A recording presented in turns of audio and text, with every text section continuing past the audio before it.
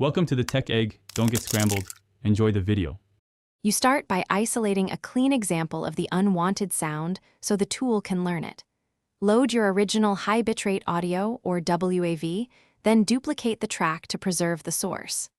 Once done, select 1 to 3 seconds of audio where only the background hiss or hum is present. This becomes your noise profile. Make sure to label the clip or place it on a separate track. You'll need this sample to teach the noise reduction algorithm what to remove and what to preserve. Next, import that noise profile into your noise reduction or spectral repair tool and enable preview.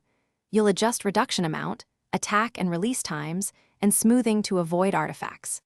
Increase reduction in small increments and listen between changes. Extreme values make voices underwater. Once you hear clarity, apply reduction to a short segment and compare with the duplicate original track.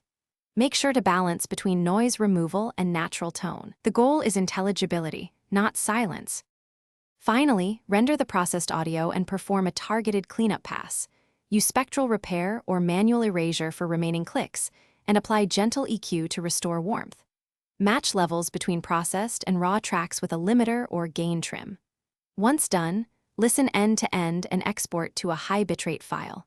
If you get metallic or warbly artifacts, reduce the noise reduction amount and rerun only the worst passages. Then blend in small sections of the original to preserve naturalness.